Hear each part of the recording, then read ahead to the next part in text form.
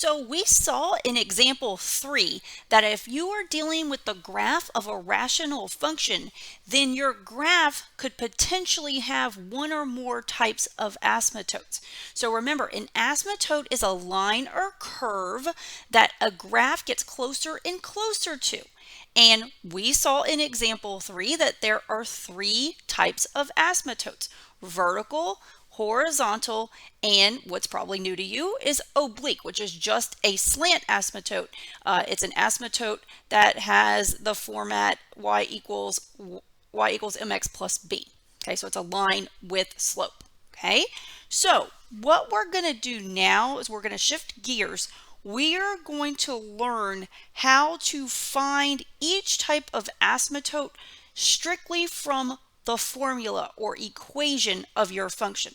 Okay, we're going to start with vertical asymptotes, so we'll learn how to find those first and do some examples, and then we will study horizontal and oblique asymptotes together after we do the vertical asymptotes.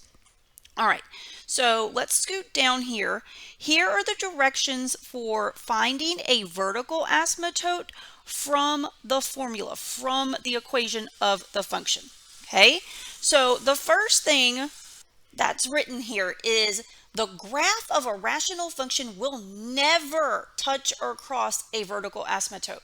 Okay, so if you have a graph that has a vertical asymptote, the graph will never cross or touch that vertical asymptote. Okay, there will be no intersection between the asymptote and the graph. Okay, now here's how you find vertical asymptotes from the equation. Okay, step 1. You need to get the function in lowest terms by factoring the numerator and denominator separately. Okay, so you're going to factor the numerator, and then you will go to the denominator and factor it also. Okay, and you're going to cancel any common factors. So if you see something in the top that matches something in the bottom, you need to cancel them out. Okay, then in step 2, you're going to set the denominator equal to 0 and solve for x. Okay, and when in step 2, make sure you realize this is in the reduced form. Okay, meaning after you've performed step 1, you factored the top, you factored the bottom, you canceled any common factors. Okay, whatever's resulting in that denominator, that's the denominator you're going to set equal to 0 and solve for x. Okay, so then in step 3, it says any real numbers obtained from step 2 will be vertical asymptotes of the graph. And vertical asymptotes, since they're vertical lines, their equations look like x equals a number. Okay, and of course you're going to use the number that you obtained from step 2. Okay, so if we go to page 5, okay, you will see example 4. There are 4 different functions that we're going to look at. Okay, we do not have a picture on this page. Okay, we just have the equation to rely on to find the vertical asymptotes. Keep in mind there may not be any. Okay, just because you have a rational function, that doesn't automatically mean that you have to have a vertical asymptote. Okay, we're just looking for any vertical asymptotes that do exist for each function. Okay, all right, so let's take a look at part A. The rational function is f of x is equal to x plus 3 over x minus 1. Okay, so if you follow the directions from the previous page, you need to start by factoring. You need to factor the top and factor the bottom. However, neither the top nor the denominator factor here. Okay, these are linear. You have x plus 3, you can't break that down. And then in the bottom, you have x minus 1. You can't break that down. Okay, so you have to skip step number 1 because there's nothing to factor and cancel. So then in step 2, you need to take the bottom and set it equal to 0. Okay, this is very much like domain in a sense. Okay, you're finding the bad spots. Okay, so we took the denominator, we set it equal to 0, and now we need to solve. So I'm going to add 1 to both sides. Okay, boom, here it is. Okay, there is a vertical asymptote at x equals 1, and this is its equation. Okay, now make sure, if I give you a problem like this, Okay, you don't tell me, if I say, where are the vertical asymptotes? Don't just tell me one. Okay, you need to give me an equation. So I need to see x equals 1, or x equals whatever number the asymptote is at. Okay, so remember, vertical asymptotes will always be x equals. Okay, you can always check yourself, so you can pop this into the calculator, okay, and into a graphing calculator and take a look at the graph. Okay, you just got to make sure you get a good picture, and you should see a vertical asymptote at x equals 1.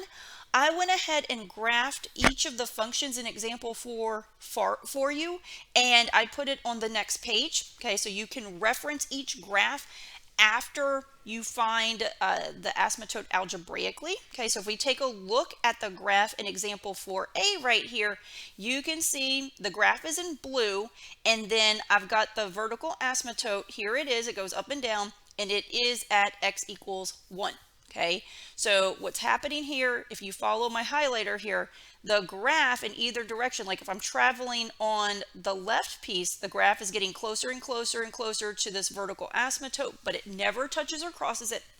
And then the same thing on the right piece. If you travel towards the asymptote, you're getting closer and closer to the vertical asymptote, but you're never going to touch or cross it. Okay, so x equals 1 is correct for the vertical asymptote here. Okay, now I want to show you something really quick. Even though I've got the graph here for you, I want to show you how to do this on the calculator, okay, because you're going to have to use the calculator to check yourself. All right, so I'm going to go back to my formula. Okay, we're going to go to the calculator and try to observe this vertical asymptote on the graph. Okay, we need to punch in x plus 3 divided by x minus 1. Okay, if you're doing this on your calculator, especially if you have an older calculator, you'd rather be safe than sorry. You need to put the numerator in parentheses and the denominator in parentheses. Okay, especially if you have an older calculator. Okay, the older calculators don't handle the order of operations as nicely as newer ones do.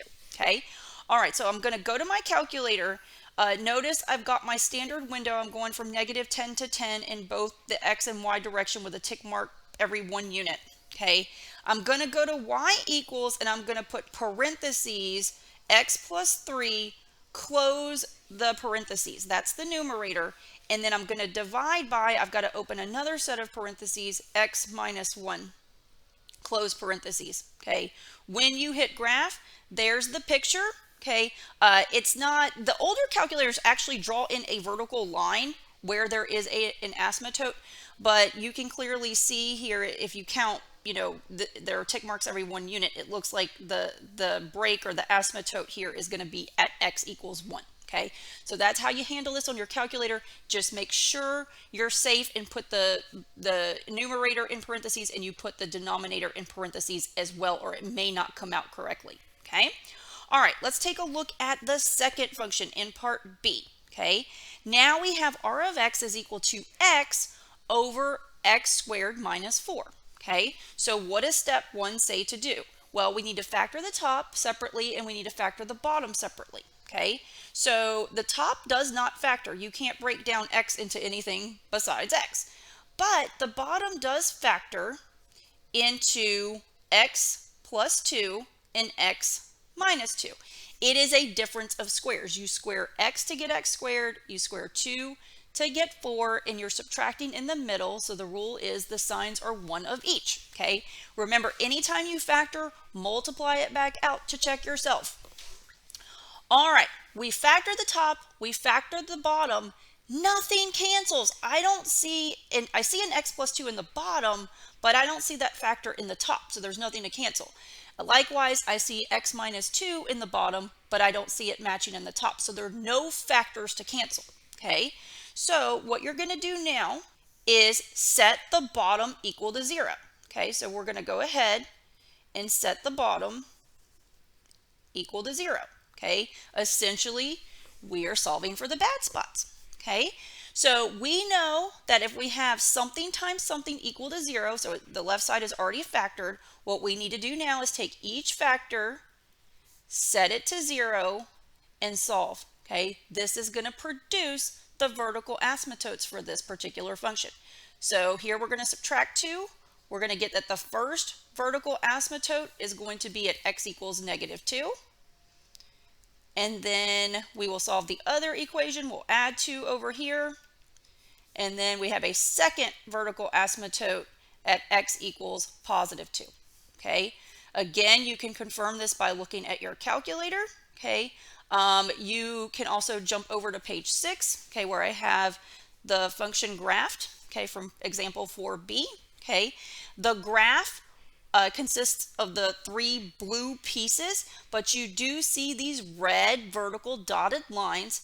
There's one at x equals -2, and there's one at x or equals positive 2. Okay, so your vertical equations, your answers are going to be x equals -2, x equals positive 2. Again, I need the full equation, not just the number. Okay, and you can see the blue curve. If you travel towards the asymptote, okay, on this piece, you're getting closer and closer to the vertical line, but not touching it.